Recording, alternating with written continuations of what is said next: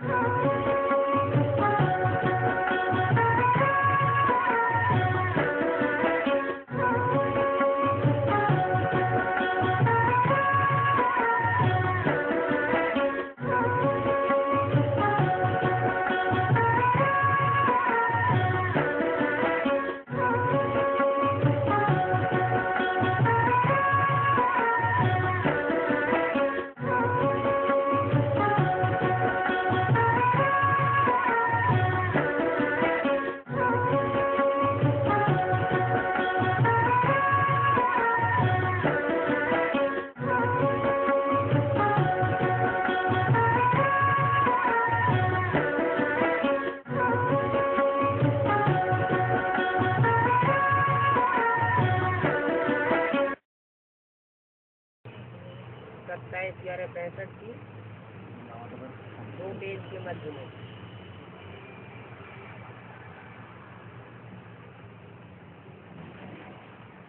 बात चल रही थी, बाप तुमको सुदर्शन चक्रधारी बनाते हैं, तुम्हारी बुद्धि में है हमको पढ़ाने वाला ऊंच से ऊंच नॉलेजफुल गॉड फादर है।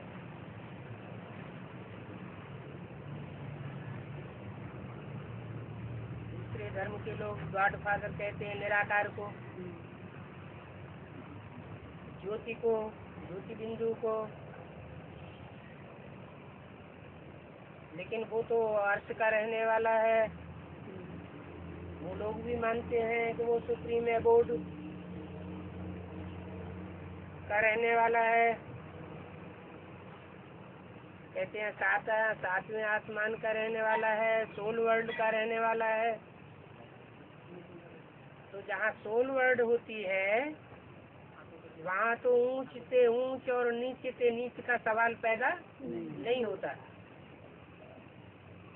ऊंच से ऊंच गॉड फादर, सुप्रीम बोर्ड अथवा सोल वर्ल्ड में नहीं कहा जा सकता। वो इस दुनिया की बात है और उसको नॉलेजफुल क्यों कहा जाता है? नॉलेजफुल इसलिए कहा जाता है कि वो सारी मनुष्य सृष्टि का बीज है। माना ज्योति बिंदु जब निराकारी ही लोक में है तो नॉलेजफुल नहीं कहा जा सकता। वहाँ तो सभी आत्माएं जड़वत स्टेज में रहती है।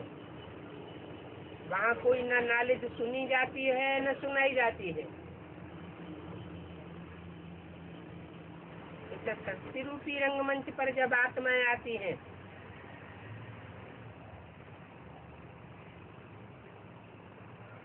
तो नॉलेज सुनती भी है और सुनाती भी है। सुप्रीम सोल भी इस सृष्टि पर जब आता है तो चैतन्य बनता है।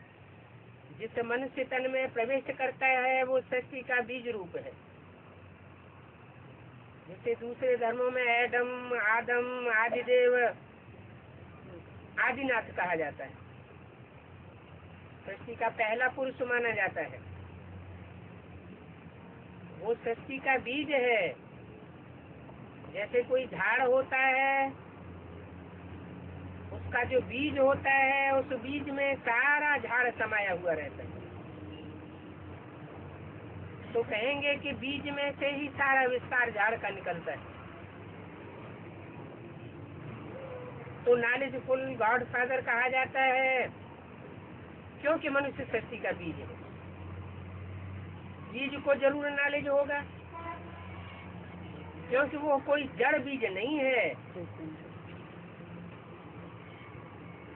जो जड़ झाड़ होते हैं उनका बीज भी जड़ होता है और ये मनुष्य शक्ति रूपी जो झाड़ है ये चैतन्य झाड़ है। इसका बीज भी चैतन्य है। चैतन्य बोलता चालता को कहा जाता है। दुनिया में तो रचयिता और रचना की आदि मध्यंत को कोई नहीं जानते। तुमने अब रचयिता और रचना के आदि मध्यंत को समझा है? क्या समझा है? रचयिता कौन है और रचना कौन है? ऐसे तो हर मनुष्य अपने बच्चों का रचयिता होता है, लेकिन सारी मनुष्य सृष्टि का एक रचयिता कौन है और रचना कौन है? अरे रचयिता है मनुष्य सृष्टि का पिता, प्रजापिता, और रचना है फर्स्ट क्लास रचना है श्री कृष्ण, और आज रचना है गीता माता। तो तुम्हारी अभी ये सूर्यवंशी किंगडम स्थापन हो रही है गुप्त।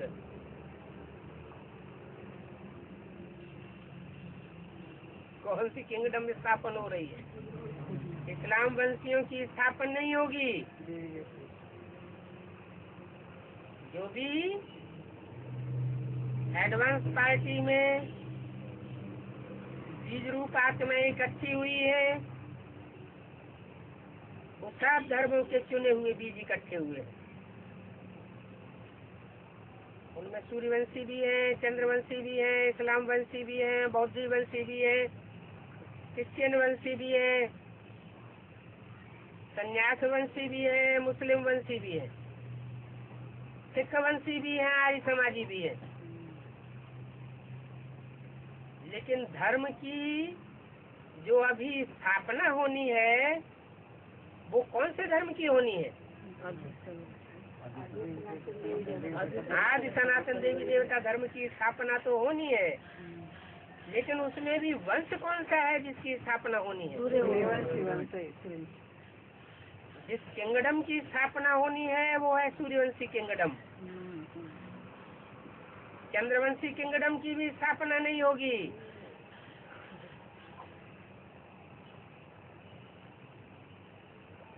और गुप्त स्थापना हो रही है। क्या? इस्लामियों को, बौद्धियों को, क्रिश्चियंस को और चंद्रवंशियों को पता भी नहीं लगेगा कि ये संगठन कहाँ स्थापन हो रहा है और कैसे स्थापन हो रहा है। इतना तो पता लगेगा, अनुमान लगाएंगे कि ये आत्माएं चुनी जा रही है।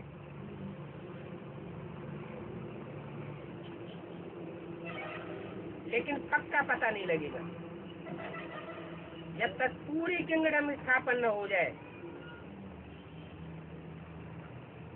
ये नॉन वायलेंस वॉरियर्स है ना, क्या कहा? जो सूर्यवंशी किंगडम स्थापन हो रही है ये नॉन वायलेंस है। ये स्थूल हिंसा भी नहीं करते, तो बंदूक से मारा मारी की हिंसा नहीं कर सकते, हाथ पांव का बाहुबल भी नहीं चला सकते, और काम कटारी की सूक्ष्म हिंसा भी नहीं कर सकते। डबल अहिंसक किंगडम स्थापन हो रही है। तो ये है नॉन वायलेंस वॉरियर्स। ये रूहानी मिलिट्री स्थापन हो रही है। मुरली में रूहानी मिलिट्री का हेड कौन बताया? रूहानी मिलिट्री का मार्शल है शंकर, जिसके मस्तक पर तीसरा नेत्र है, शिव नेत्र दिखाया जाता है। वो साक्षात सूर्य के समान है। वो सूर्यवंशी राजधानी स्थापन हो रही है। जैसे रघुवंश कहा जाता है तो कोई राजा रघु हुआ होगा, चंद्रवंश कहा जाता है कोई चंद्रमा हुआ होगा, सूर्यवंश कहा जाता है तो जरूर कोई सूर्य हुआ है, जिसका गीता में जिक्र है कि भगवान ने जब ज्ञान सुनाया तो पहले सूर्य को सुनाया।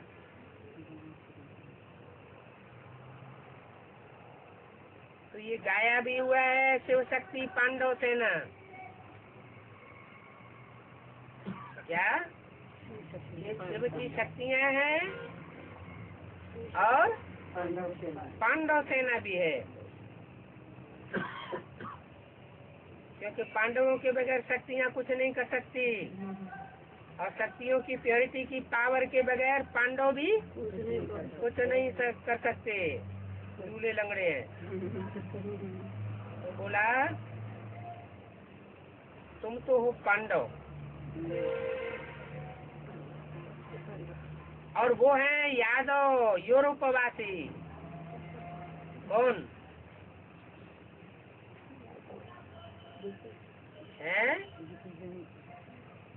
जो चंद्रवंशी कृष्ण की रहबरी में पलते हैं, कीड़े मकोड़े दुख देते हैं, तो कीड़े मकोड़े भी हैं। इस्लामी हो, बौद्धी हो, क्रिश्चियन हो,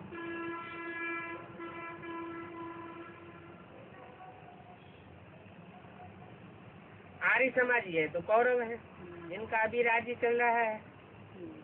कंट्रोलिंग पावर हद और बेहद में, बेहद की दुनिया की भी, ब्राह्मणों की दुनिया की कंट्रोलिंग पावर अभी कौरवों के हाथ में है।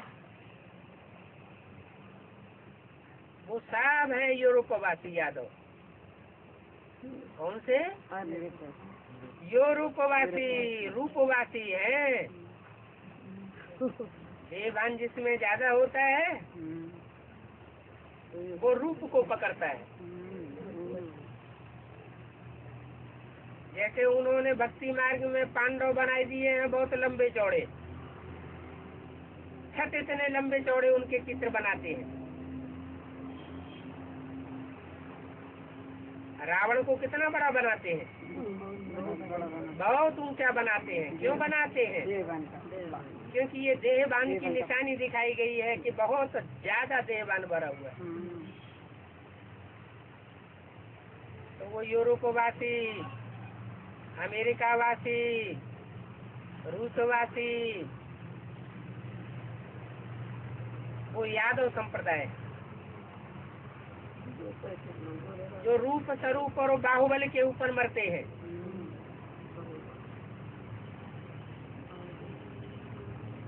उनके लिए गाया हुआ है।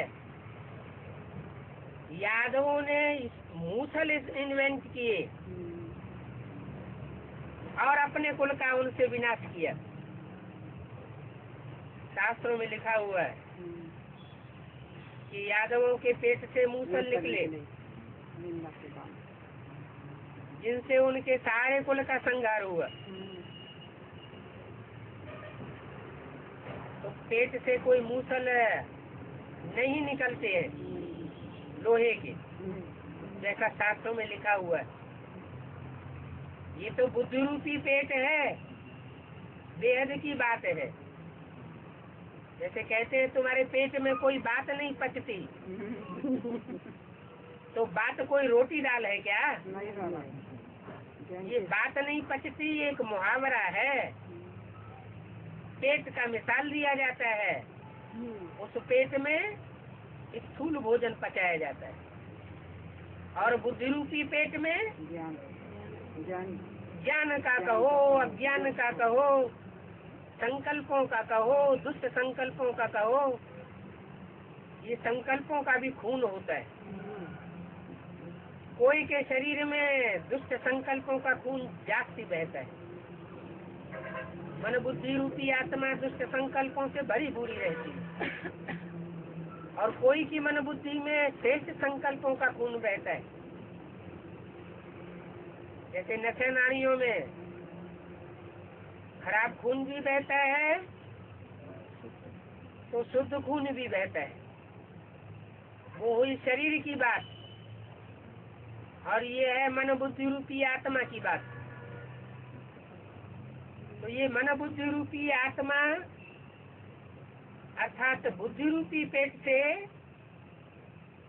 यादव मूसल इन्वेंट करते हैं, माना मिसाइल्स इन्वेंट करते हैं। उन मिसाइल से सारी दुनिया का संहार होता है। लेकिन अभी तो कहा यादवों का हेड है कौन? शंकर। तो यादवों का हेड जब शंकर है तो वो भी तो यादव ही हुआ ना। कृष्ण को किस कुल का दिखाते हैं? कृष्ण यदुवंशी था, यादव कुल का था। लेकिन अंतर सिर्फ ये है कि उन्होंने यादव कुल की अपनी सारी सेना कौरवों को दे रखी थी और खुद पांडवों की तरफ हो गए।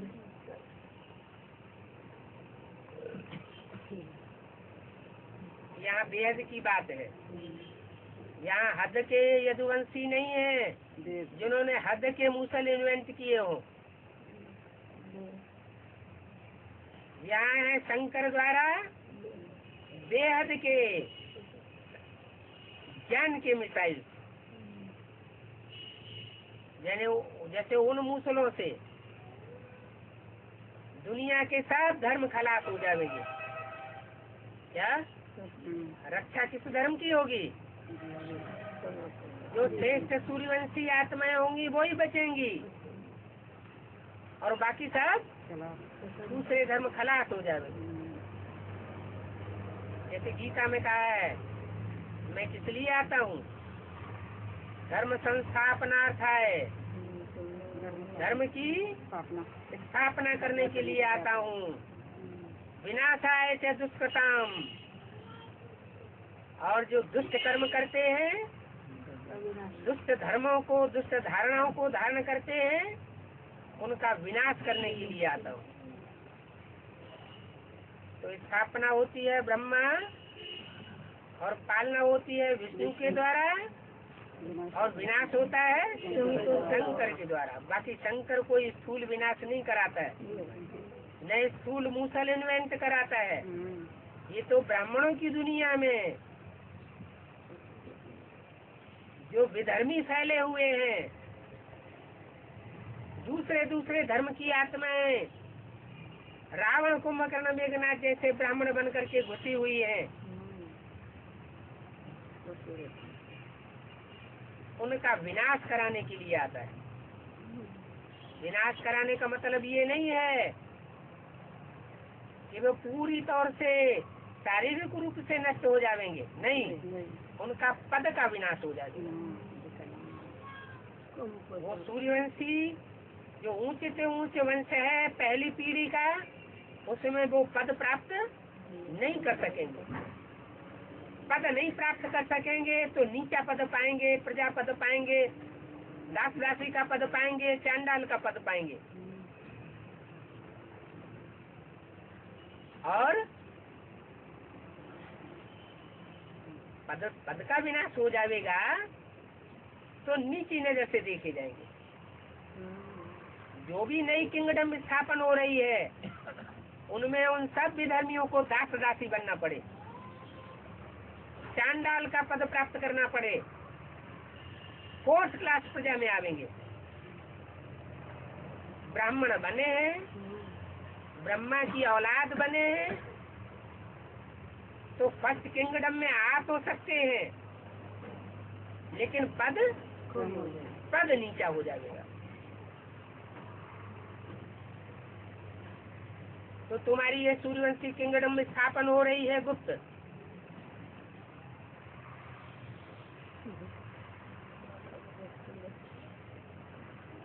बरोबर विनाश का समय है। क्या कहा? पहले ब्रह्मा के द्वारा रची हुई ब्राह्मणों की दुनिया का विनाश होगा या बाहर की दुनिया का विनाश होगा?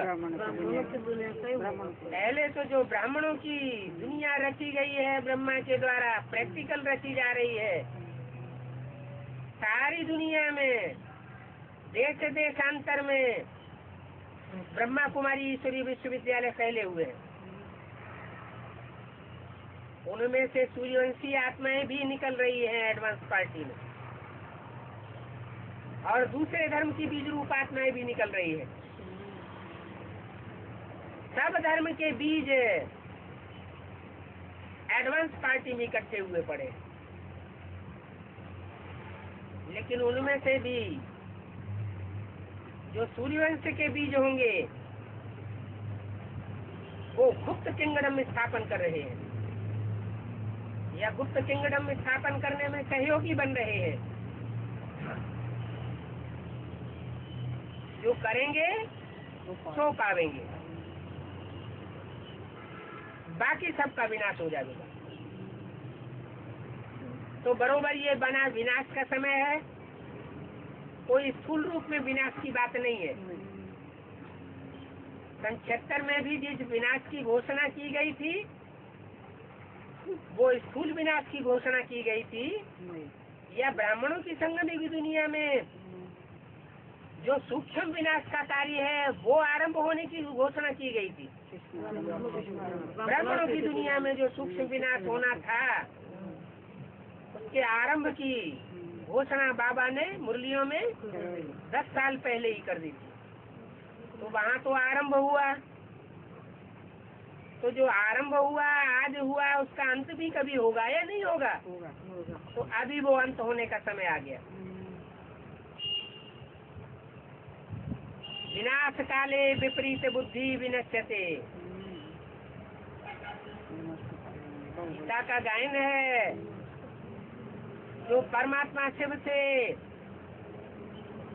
विपरीत बुद्धि बनते हैं, माना परमात्मा शिव ने जो महावाक्य उच्चारण किए, जो धारणाएं सिखाई, उन धारणाओं के जो विपरीत चलते हैं, विपरीत आचरण करते हैं, विपरीत बातें करते हैं, विपरीत संकल्प चलाते हैं, उनका विनाश हो जाना है।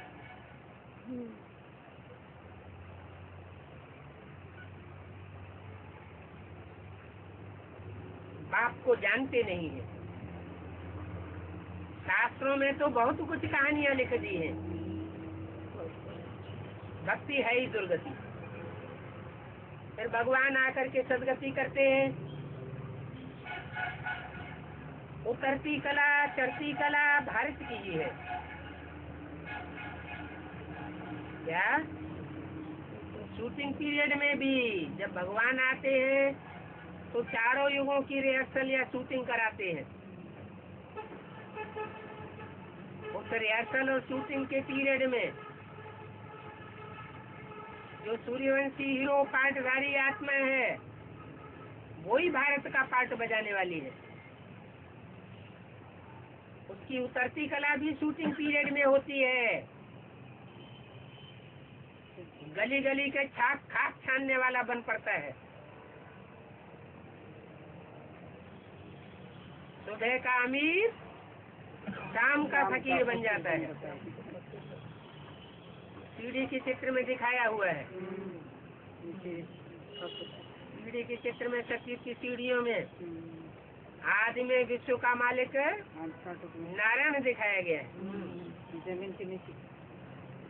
और सीढ़ियों के नीचे 84वें जन्म की सीढ़ी में कांटों की सैया पर पड़ा हुआ भारत दिखाया गया। उसके हाथ में कोई प्रॉपर्टी नहीं है। जो भी प्रॉपर्टी होती है वो सब इनकम टैक्स अपने हाथ में ले लेता है। वो गली गली का भिखमंगा बन जाता है। तो भिखमंगा भारत कांटों की सैया पर पड़ा हुआ है। बाप आकर के भिखारी भारत को बैगर टू प्रिंस बनाते हैं। जो फुल बैगर बनता है वही फुल नई दुनिया का प्रिंस बन जाता है। पहले गोल्डन एज, फिर सिल्वर, कापर, आयरन एज में आता है।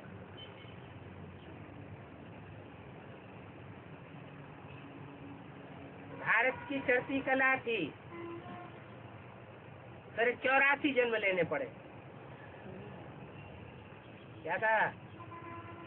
इसको 84 जन्म लेने पड़े। जड़ जमीन की बात है क्या? जरूर कोई चैतन्य आत्मा है जिसके लिए 84 जन्मों की कहानी सीढ़ी के चित्र में दिखाई गई है। भारत स्वर्ग था। जैसे बाप की महिमा परम अपार है, वैसे जो स्वर्ग बनाते हैं उनकी भी महिमा अपरंपार है।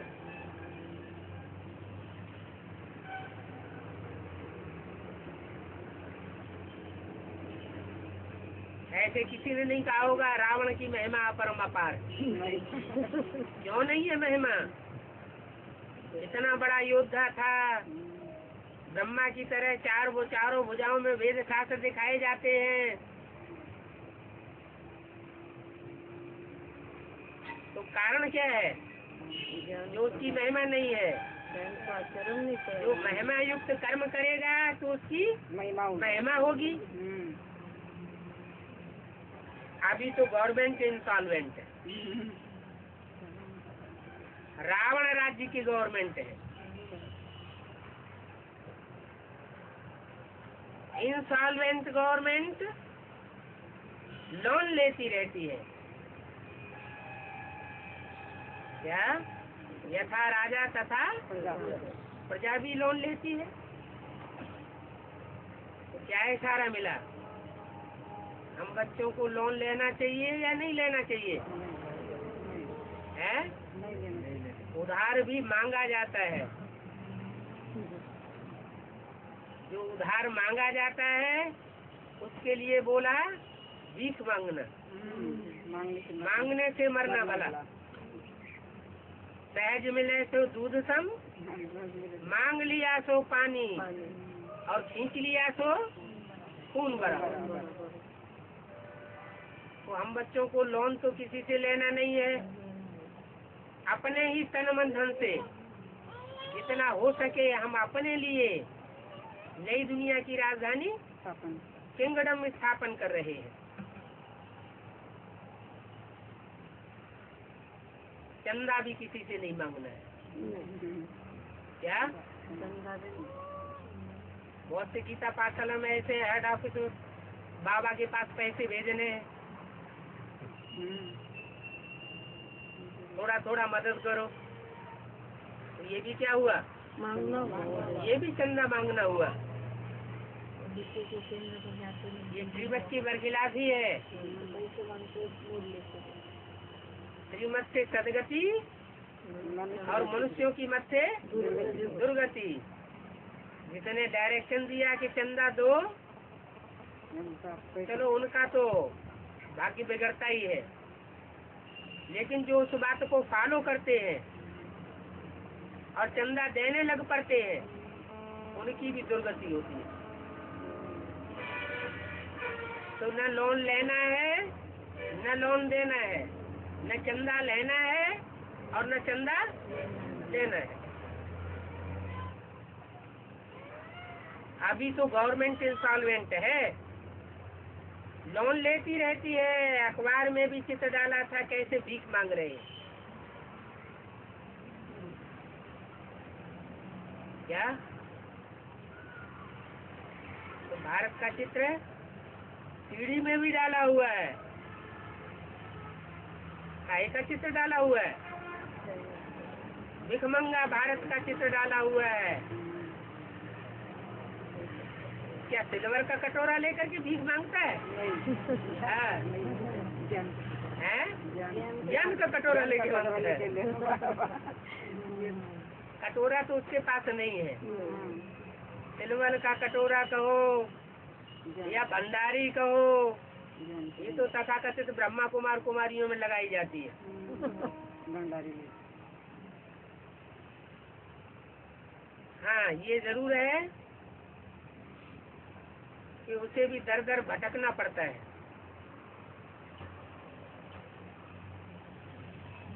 तो भारत भीख मांग रहा है, परंतु यह बात समझते नहीं है कि हम प्राचीन भारतवासी बहुत साहूकार थे, अभी पुराने भारतवासी बन गए।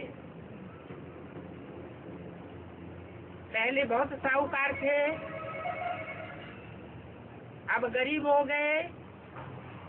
कुछ तो कारण रहा होगा। बाप आकर समझाते हैं ये ड्रामा बना हुआ है। क्या? सुबह का अमीर शाम का फकीर। भारतवासी जो स्वर्गवासी भारत था वो अब नरकवासी है। अभी फिर स्वर्गवासी से नरकवासी, नरकवासी से स्वर्गवासी बनेंगे। 84 जन्म लगते हैं। अभी तुम्हारे 84 जन्म पूरे होते हैं, फिर तुम सूर्यवंशी बनेंगे। क्या अभी पूरे सूर्यवंशी है नहीं, अभी कुछ न कुछ दूसरों का संग का रंग लगता रहता है। पराई मत पर भी चल पड़ते हैं। रावण की मत पर जब तक चलते हैं, मनोमत पर चलते हैं या मनुष्य मत पर चलते हैं तो समझो हम क्या है, कौन से वंशी है? हाँ, रावण के वंशी है। जब हम पूरे पूरे श्रीमत पर चलने लगे तब समझना चाहिए अभी हम सूर्यवंशी बन रहे हैं। तो तुम सूर्यवंशी बनेंगे, बाकी सब आत्माएं मुक्ति धाम में रहेंगे। क्या कहा? जब तुम सूर्यवंशी बनेंगे तुम घोर सोजरे में जब आ जाएंगे तो बाकी जितने अंधेरे में रहने वाले हैं, अंधेरा कायम रखने वाले हैं, अज्ञान का अंधेरा फैलाने वाले हैं, वो सब कहाँ चले जाएंगे? वो शांति धाम में जाकर के जड़वत रहेंगे।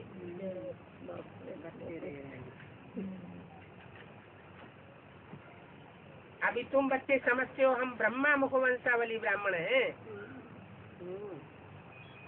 क्या ब्रह्मा की मुखों से निकली हुई बात को मानते हैं तो ब्रह्मा मुखवंशावली ब्राह्मण है, और अनेक सिरों वाले रावण की मत को मानते हैं तो रावणवंशी है। यहाँ तो है ब्रह्मा वल्द शिव बाबा। क्या ब्रह्मा का बाप कौन? शिव बाबा। शिव बाबा। तो शिव का प्रजापिता ब्रह्मा एक बच्चा ठहरा। क्या कहा? शिव का पहला बच्चा कौन? प्रजापिता ब्रह्मा। उनके तुम फिर बी के कुमार कुमारियां बनते हो। तो तुम बहन भाई हो गए। शिव बाबा के पोत्रे पोत्रियां हो। पोत्रे पोत्रियों को दादे से वर्षा मिलता है। बड़ा दादा। किसके पोत्रे पोत्रियां हो? शिव बाबा के। शिव बाबा के। शिव बाबा किसको कहा जाता है? साकार निराकार के मेल को। तो बताओ शिव बाबा कौन हुआ? प्रजापिता ब्रह्मा कौन हुआ? जिसमें प्रवेश करता है वही प्रजापिता। और सुप्रीम सोल है, सुप्रीम सोल तो ज्योति बिंदु को कहा जाता है। नहीं प्रवेश करता है ना आत्मा में। आत्मा में प्रवेश करता है? नहीं, शरीर में प्रवेश करता है ना। तो शरीर में प्रवेश करता है, लेकिन प्रवेश करने वाला ज्योति बिंदु है या शिव बाबा है? शिव बाबा प्रवेश करता है तो शिव बाबा बनाना। प्रवेश करने वाला शिव बाबा है? नहीं, नहीं, बुझ गए। सुप्रीम सोल ज्योति बिंदु है। आत्मा का बाप ज्योति बिंदु है। बाप सुप्रीम सोल बाप प्रवेश करता है तो बाबा कहा जाता है। साकार निराकार को बाबा कहा जाता है। नहीं, यज्ञ के आदि में जो पाठधारी था जिसमें पहले पहले शिव बाप ने प्रवेश किया, वो हुआ शिव बाबा। क्या? Great grand father.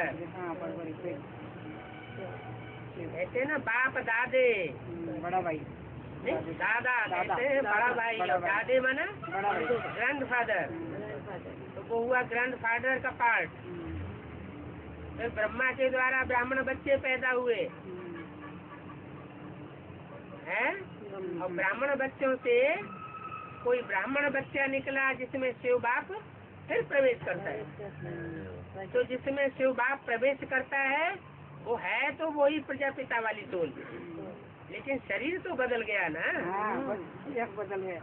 कभी कभी ऐसा भी तो होता है कि कोई बाबा होता है, शरीर छोड़ता है और अपने बच्चे का भी बच्चा बन जाता है। तो ऐसे ही हो जाता है।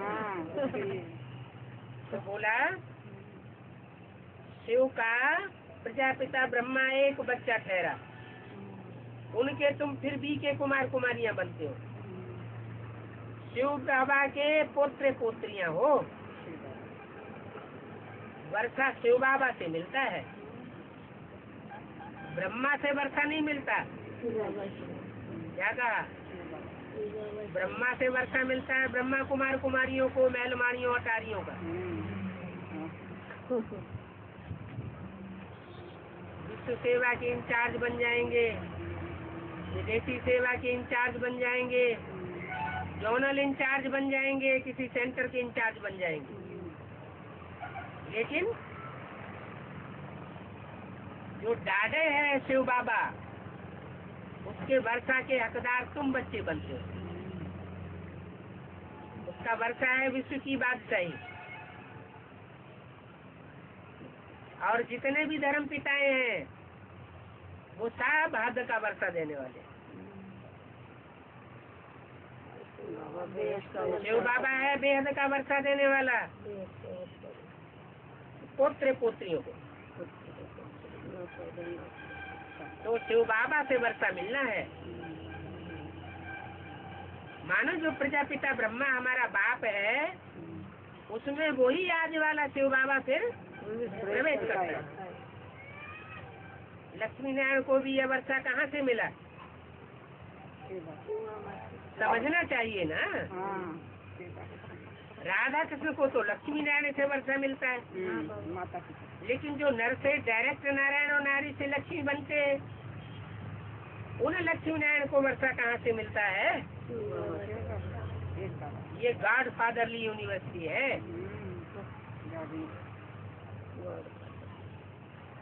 ये कोई मनुष्य कृत यूनिवर्सिटी नहीं है।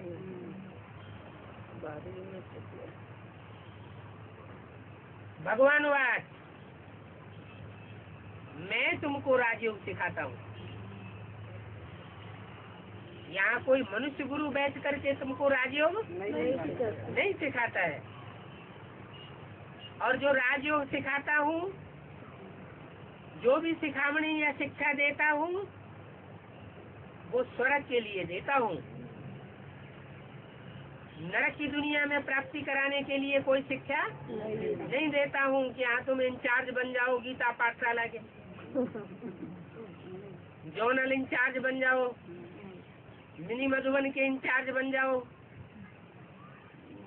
ये तो हद की बातें हैं जो हद के मनुष्य गुरुओं द्वारा मिलती है। बाप तो बेहद विश्व की बादशाही देने आया है।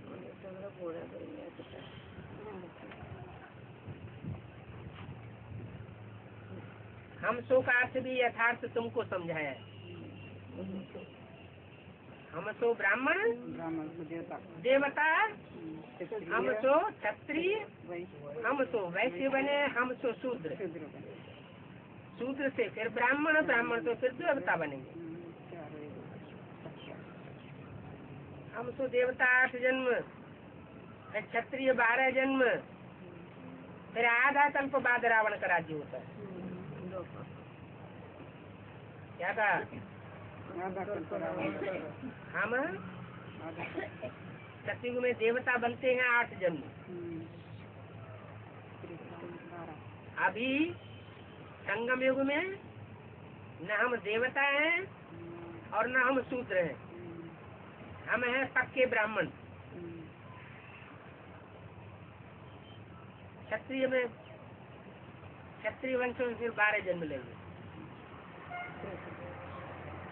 ब्रह्मा पूर्व कृष्ण की आत्मा कितने जन्म लेगी? त्रेता में 13 जन्म लेगी।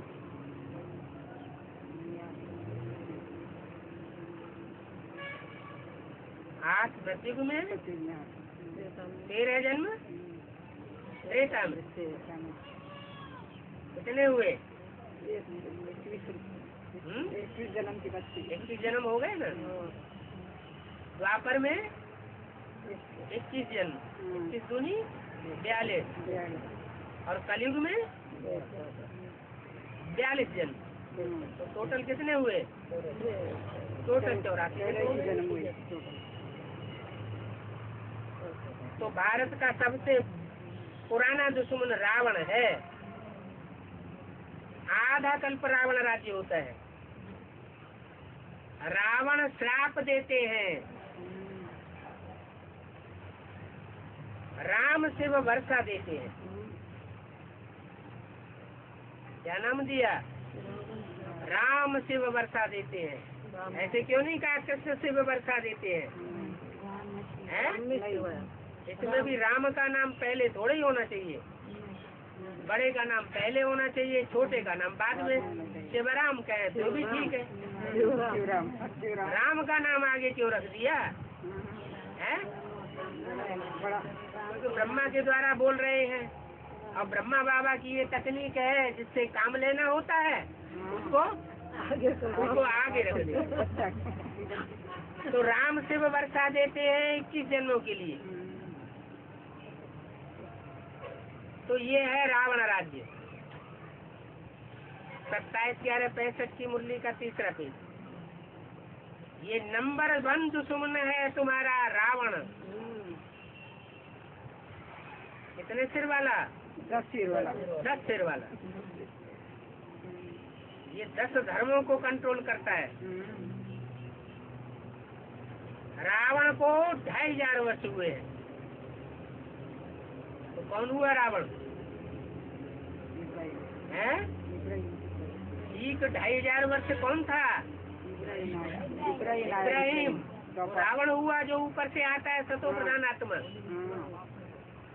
सतो प्रधान आत्मा जो परम धाम से डायरेक्ट उतरती है, वो उस समय सतो प्रधान होती है कि तमो प्रधान होती है? तो रावण कैसे हुई है? रावण इब्राहिम का बीज। इब्राहिम का बीज कौन है? इब्राहिम इस्लाम धर्म का बाप बनता है। इब्राहिम का बाप जो बनता है, इब्राहिम का बाप बनता है।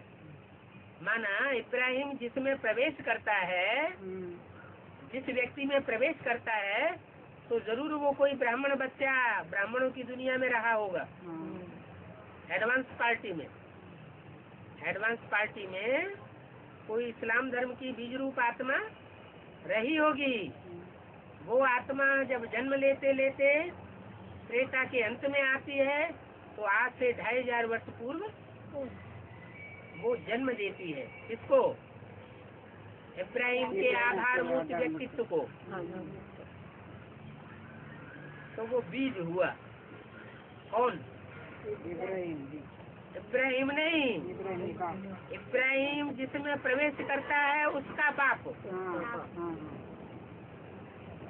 रावण को 2500 साल हुए हैं।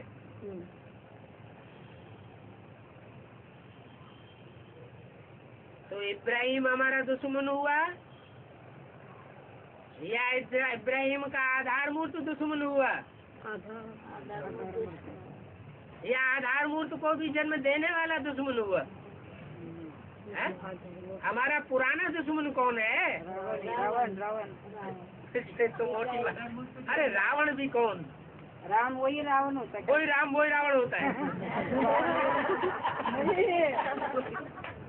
रावण बनता है। हाँ बनता है। तो दुश्मन है राम। बाद में फिर राम बनता है। राम बनता है कोई रावण बनता है। 84 चक्कर। राम बनता है कोई रावण बनता है। जब शिव बाबा प्रवेश करता है तब रावण बनता है। नहीं, हाँ। राम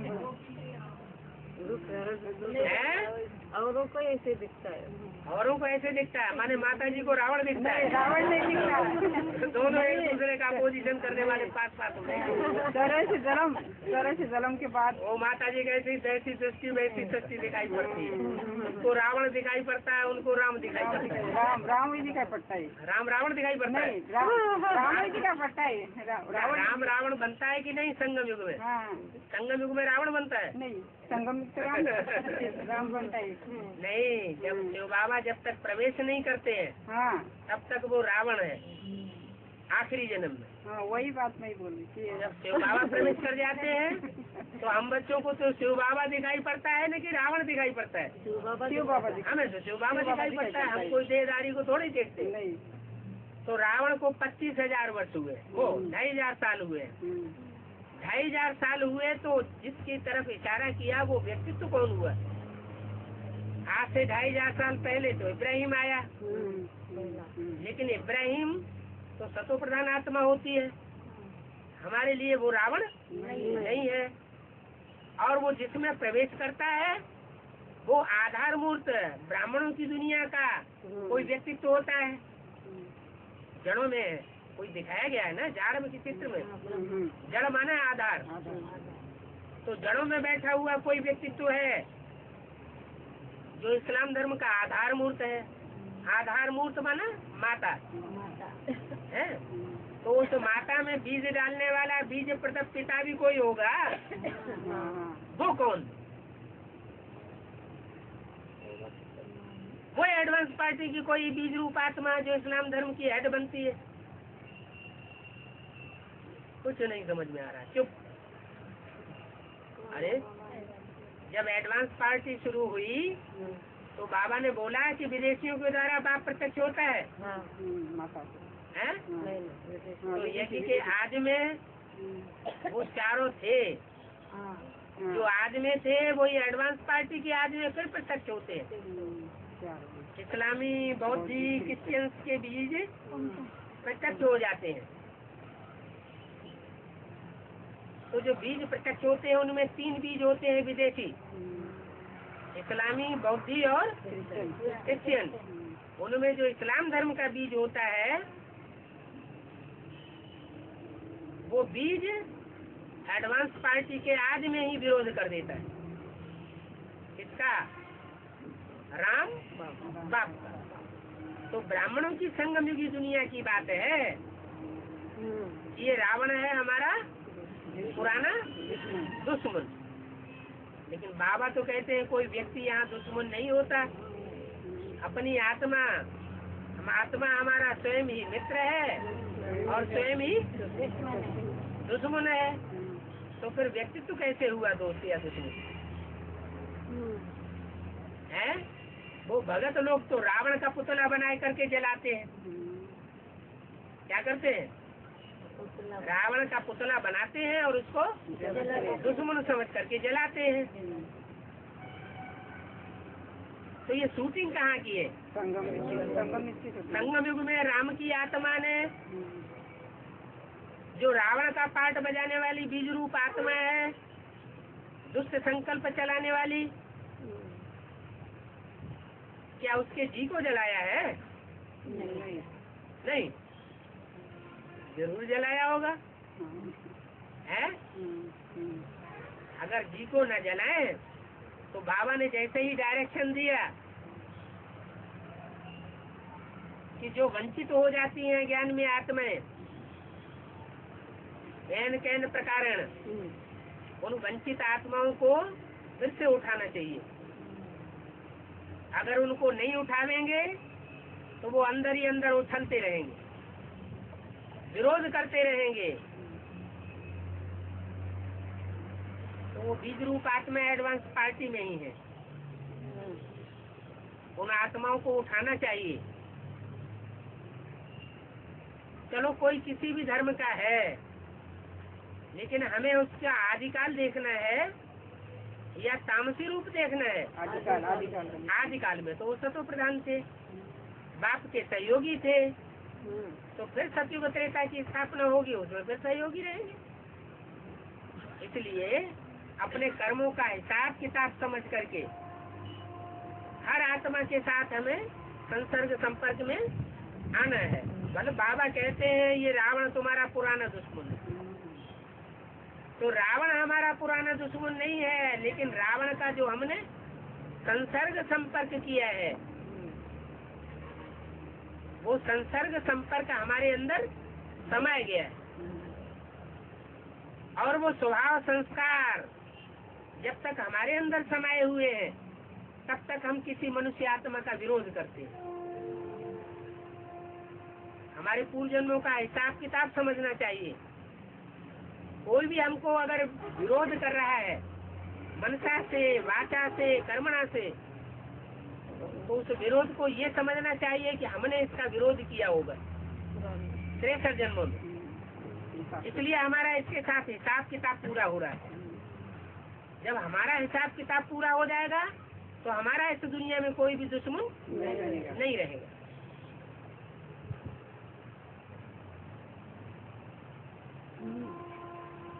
ये भी अहंकार नहीं आना चाहिए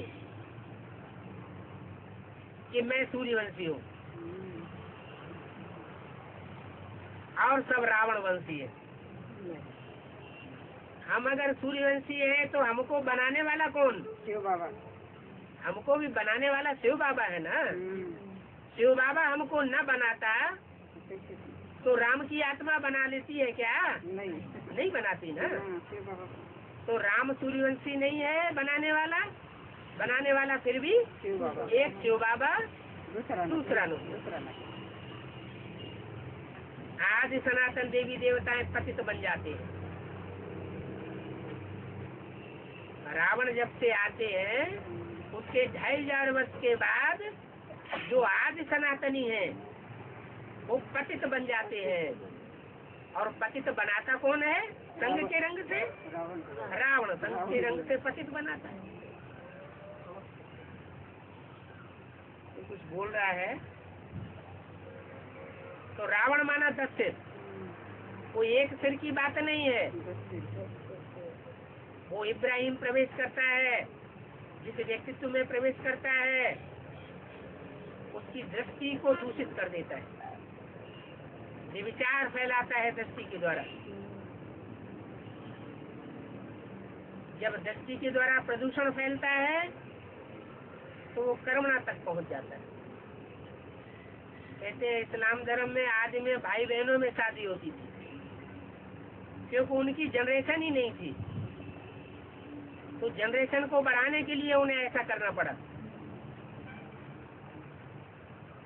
अब फिर बाप आकर के राम राज्य स्थापन कर रहे हैं। क्या? कौन बाप? शिव बाप आकर के राम राज्य स्थापन कर रहे हैं। किसका राज्य? राम का राज्य। उन 10 सिरों का राज्य नहीं, राम का राज्य स्थापन क्यों कर रहे हैं? क्योंकि जरूर राम वाली आत्मा एक की मत पर चली होगी, औरों की मत पर नहीं चली होगी। ये संगम है इस बात का है। 2 मतों का भी संगम है, एक श्रीमत, एक रावण मत। कोई रावण की मत पर चल पड़ते हैं तो कभी राम की मत पर चल पड़ते हैं, तो दोनों मिक्स हो जाता है। भारत बहुत प्राचीन है, सब धर्म वालों का ये तीर्थ स्थान है। क्या? सब धर्म वालों का तीर्थ स्थान भारत क्यों है? भारत में आते हैं? भारत में आते हैं। हाँ, क्योंकि भारत में ही भगवान आते हैं। भगवान भारत में आते हैं।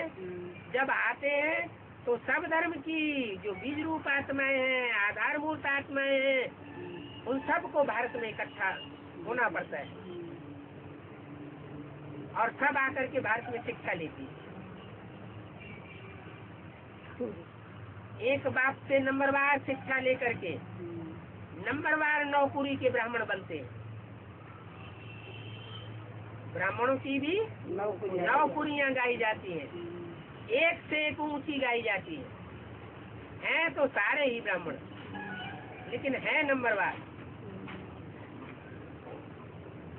तो सब धर्म वालों का तीर्थ स्थान है।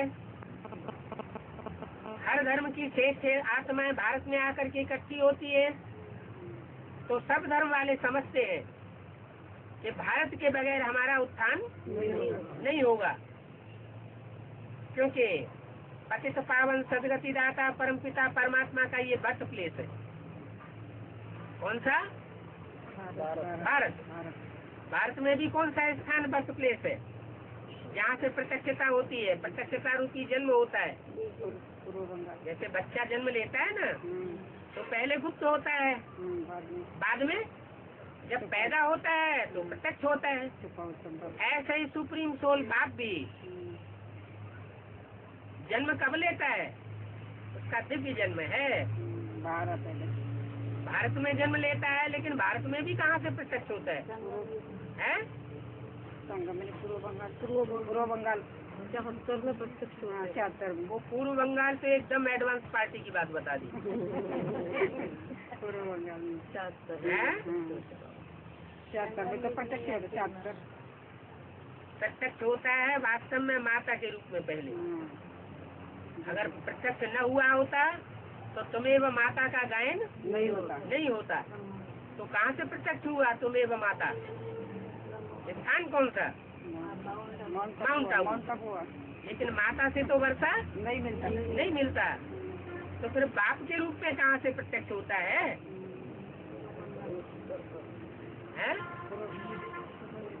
अरे जहाँ से प्रत्यक्ष होता है वहाँ सब धर्म वालों को जाकर के माथा टेकना पड़े ना।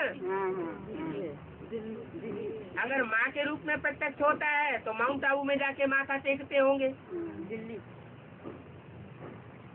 अगर भारत में कोई दूसरे स्थान से प्रत्यक्ष होगा तो वहाँ जाकर के माथा टेकना पड़े। सब धर्मों का तीर्थ स्थान है ना,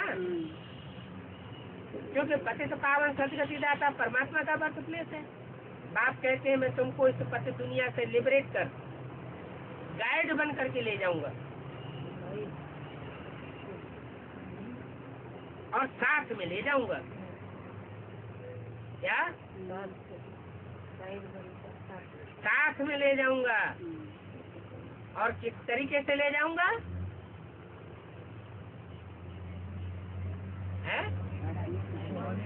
किस तरीके से ले जाऊंगा? नैनों पे बिठा के ले जाऊंगा। और मच्छरों सदस्य ले जाऊंगा तो किसके लिए का? माना नैनों पर बिठा के तो ले जाऊंगा, लेकिन साथ साथ जो अपने देहवान को पूरा नहीं छोड़ पाते, त्याग देंगे। अपने देह जैसे मच्छर होते हैं ना, उनकी कोई वैल्यू नहीं होती। मच्छर आया पट से मारा, उसकी हत्या करने में देर नहीं लगती। तो ऐसे ही मच्छरों सदस्य माना हमारी आत्मा मच्छरों सदस्य कोई कीमत की न रह जाए। हमारी बुद्धि में ये बैठ जाए हम कोई वैल्यू के नहीं है। जो भी वैल्यू है किसके कारण है? नहीं, एक शिव बाबा एक शिव बाबा के कारण हमारी वैल्यू है। नहीं तो रामकृष्ण वाली आत्माओं की भी कोई वैल्यू नहीं है। तो मच्छरों से सबको ले जाऊंगा। बाप को ही लिबरेटर कहा जाता है। गीता में बाप के बदले बच्चे का नाम डाल दिया है। ये है बड़ी से बड़ी भूल। क्या? जो गीता माता है सब धर्मों का माई बाप है, वो माई बाप चैतन्य में है या जड़ पुस्तक है? चैतन्य। जरूर कोई चैतन्य गीता माता है। उस गीता माता में बड़ी भारी भूल कर दी है। क्या भूल कर दी है? उसमें कृष्ण का नाम गीता पति के रूप में डाल दिया है। अब कृष्ण तो सतयुग का पहला प्रिंस होता है। कृष्ण बच्चा होता है माता का, पिता का, या माता का पति होता है? बच्चा होता है। अब जब इतनी भारी भूल कर देंगे तो भूल करने वाले भारतवासियों का क्या हाल होगा? ऐसी बुद्धि फिराए देते हैं कि माता भी समझती है ये हमारा पति है। ऐसा बरगलाने का काम कर देते हैं। इसलिए बोला है गीता माता पूरी ही खंडन की गई है। जब चैतन्य गीता माता पूरा ही खंडन कर दी जाती है, तो माताएं होती है भोली वाली माताओं को, सीताओं को रावण बरगलाते हैं। रावण बरगला के उनको अपना पूरे कब्जे में ले लेते हैं, बुद्धि को ही सिराय देते हैं। तो गीता के दिल में, दिमाग में बच्चे कृष्ण का नाम सर्वोपरि हो जाता है और बाप का नाम गुम हो जाता है। ये बड़ी से बड़ी भूल है। जब तक इस बड़ी से बड़ी भूल को नहीं सुधारा जाएगा, तब तक सीता कहो, गीता कहो, वो रावण के पंजे से छुटाई नहीं जा सकती।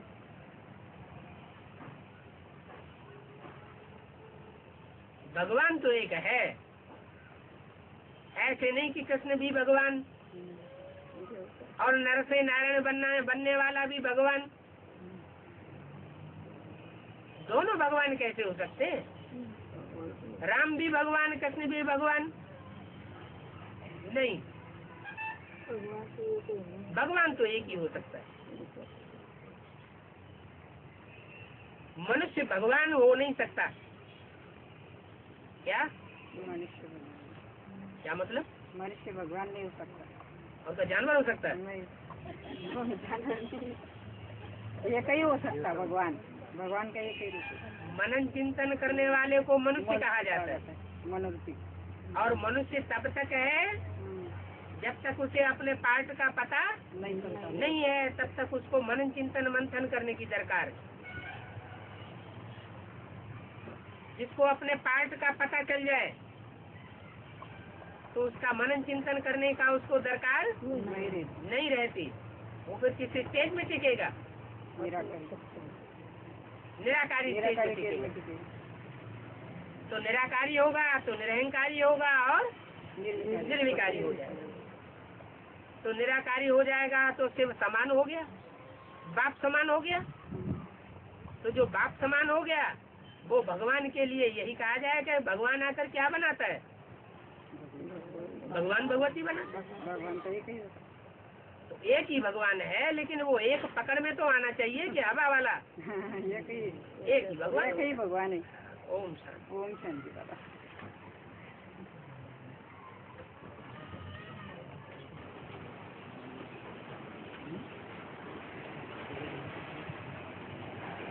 एकदम